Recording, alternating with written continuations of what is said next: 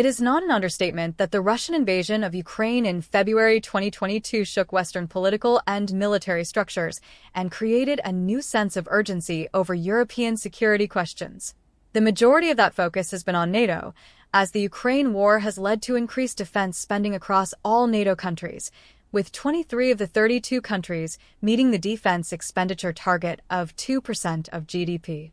This has resulted in NATO defense budgets increasing from $1.18 trillion in 2021, the last full year before the Russian invasion of Ukraine, to a record $1.47 trillion in 2024, an increase of 24.6%.